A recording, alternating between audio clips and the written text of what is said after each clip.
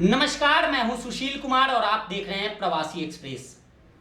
इंसानों का सबसे खर्चीला पार्ट स्वास्थ्य होता है और सबसे ज़्यादा जो बजट बनते हैं वो स्वास्थ्य पे खर्च होते हैं। आजकल लोग तरह तरह की बीमारियों से ग्रस्त हैं और ऐसे में मेडिसिन का अगर जिक्र करें तो जेनरिक मेडिसिन की तरफ लोगों का रुझान बढ़ रहा है।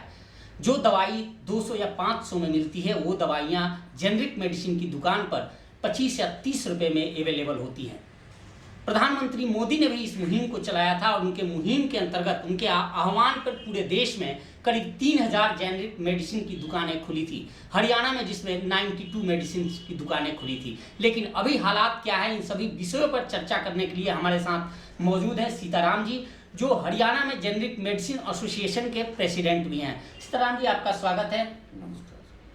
जेनरिक मेडिसिन का जिक्र चल रहा है, सबसे पहले तो यह जानना चाहेंगे कि क्या है जेनरिक मेडिसिन और कितना मार्जिन होता है, कितना अंतर होता है रेट्स में नॉर्मल मेडिसिन से। जेनरिक मेडिसिन जो फार्मुलेशन नेम से आता है, जो उसमें साल्ट होता है वो सेम होता है, ना कि ट्रेड नेम होता है जी। और अंतर वाइज देखा जाए, जो हमारे मार्केट में 100 रुपये की मेडिसिन है वो हमारे यहाँ 25 या 30 रुपये में अवेलेबल हो जाती है। कितनी जेनरिक मेडिसिन की दुकानें पूरे हरियाणा में खुली थी और अभी कितनी वर्तमान में है, और गुरुग्राम में कितनी खुली थी, अभी कितने चल रहे हैं? 2018 में 92 हरियाणा में मेडिसिन शॉप थी, जो कि अब सुनने में आ रहा है 32 के करीब है। तो इतनी तेजी से जो बंद 2018 3 साल 2 साल में बंद होने का कारण ये है, एक तो गवर्नमेंट हमारे से एक्सपायरी वापस नहीं लेती और मार्जिन जो हमारा है वो बहुत कम है। जो मार्केट में 200 रुपये की दवाई है वो हमारे यहाँ 20 रुपये की है या 25 रुपये की है। हमें 20% मार्जिन मिलता है, 5 रुपये पर स्ट्रिप मिला, उनको 60 रुपये पर स्ट्रिप मिला।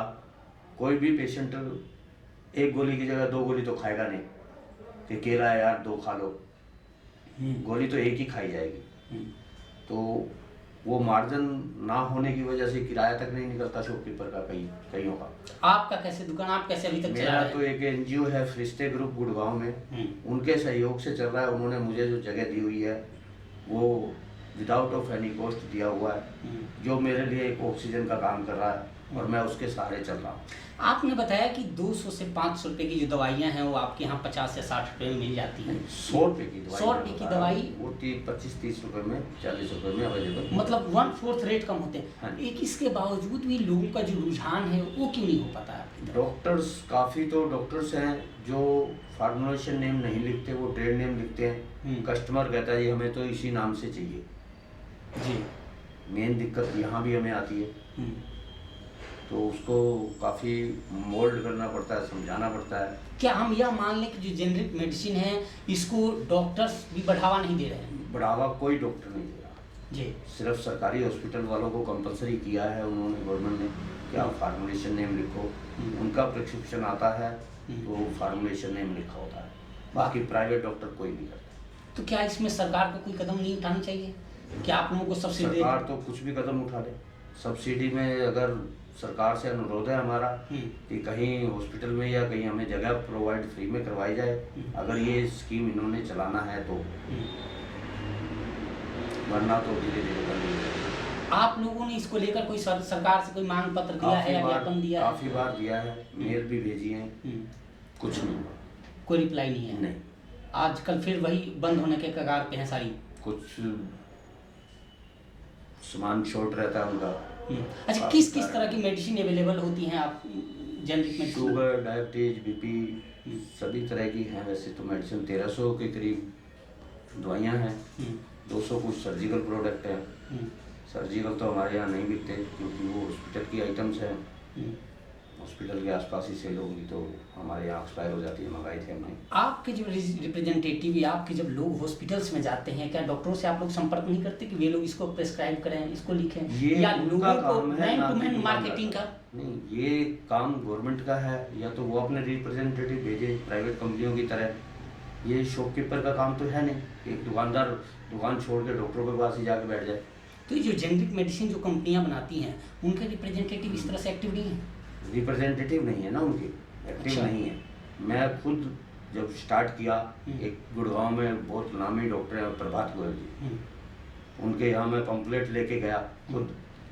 आधा घंटा मैंने उनकी वेट की, जब मैंने उनको पम्पलेट दिए कि आपके साथ में ही हमने ये बनाया है, उठा के उन्होंने पंपलेट डस्टबिन में फेंक दी मेरे। आपके सामने? हाँ जी, मैंने ये दवाई काम नहीं करती थी। मैं चुपचाप उठ के आ गया। तो जो ये आरोप लग रहे हैं, मैंने जन औषधि में कंप्लेंट भी की, पता नहीं उनके साथ क्या हुआ क्या नहीं हुआ। मतलब यह सरकार की मेरे सामने उन्होंने मेरे पंपलेट, जिसपे माननीय श्री नरेंद्र मोदी जी का चित्र भी था, वो भी उठा के डस्टबिन में फेंक दिया। तो अगर आपसे पॉइंट वाइज जाने कि आखिर 4-5 वो मुख्य वजहें क्या क्या है जिस वजह से इस जो योजना है जेनरिक मेडिसिन की, योजना तो बहुत अच्छी है, पर इसका और एक पता लग रहा है शॉपकीपर का जब तक खर्चा नहीं निकलेगा, पेट नहीं भरेगा उसका, तो नेचुरली है कि वो बंद करेगा, कुछ और देखेगा वो। तो आप इसकी ब्रांडिंग भी उस तरह की नहीं है गुड़गांव में या जहाँ भी है? ब्रांडिंग भी है, लेकिन लोग आते नहीं, पहुंच नहीं पाते, क्या कारण है? मेन चौक के ऊपर ही शॉप है, तब भी लोग नहीं पहुंच पाते। एक बार बताएंगे कहाँ आपका? हमारा सेक्टर 4 और 7 गुड़गांव सेक्टर 4 और 7 के चौक पर शॉप है। किस नाम से? प्रधानमंत्री भारतीय जन औषधि केंद्र के नाम से शॉप है। आज भी लोग उतनी संख्या में नहीं आते जितने आने चाहिए, उतने नहीं आ पाते। फिर कुछ हमारा खुद का इंटरेस्ट कम हो जाता है कि अगर कस्टमर बढ़ेंगे हमें स्टाफ बढ़ाना पड़ेगा। स्टाफ तो ये नहीं कहेगा कि आपका मार्जिन कम है, हम सैलरी नहीं देते, उनको तो सैलरी भी देना पड़ेगा। तो इस वजह से दुकानदार चुप हो जाता है, तो खुद कर पाता है। बिल्कुल, ये थे सीताराम जी जो हरियाणा में जन औषधि यूनियन है, जन औषधालय यूनियन, उसके प्रधान भी हैं। उनका साफ तौर पे कहना है कि 92 उस वक्त खुले थे, लेकिन समस्याओं की वजह से अब मात्र 32 बचे हैं, और इस पर भी अगर सरकार ने विशेषकर ध्यान नहीं दिया तो निश्चित तौर पे ये भी बंद होने के कगार पर हैं, और बंद आज नहीं कल हो जाएंगे। ऐसे में सरकार से भी इनकी अपील है, सरकार से क्या कुछ अपील करेंगे? सरकार से हमारी अपील है कि जितने जन औषधि केंद्र हैं, या तो उनको सैलरी दी जाए, या उनको जगह फ्री में प्रोवाइड करवाई जाए हॉस्पिटल्स में या कहीं पर भी ऐसी जगहों में, तभी ये चल पाएंगे, वरना तो बंद होने के कगार पर हैं। बिल्कुल। या जैसे मुझे कोई एनजीओ सपोर्ट कर रहा है, ऐसे सबको कोई ना कोई एनजीओ सपोर्ट करे तो हो सकता है काफ़ी हद तक। बिल्कुल, अगर सरकार इस मुहिम को आगे बढ़ाना चाहती है और ज़्यादा से ज़्यादा संख्या में ऐसी दुकानें जन औषधालय की दुकानें खोलना चाहती है, तो निश्चित तौर पे सरकार को इनको सब्सिडी भी देनी पड़ेगी और इन लोगों के मांगों का ख्याल रखना पड़ेगा। इस पेशकश में फिलहाल इतना ही। देखते रहिए प्रवासी एक्सप्रेस। नमस्कार।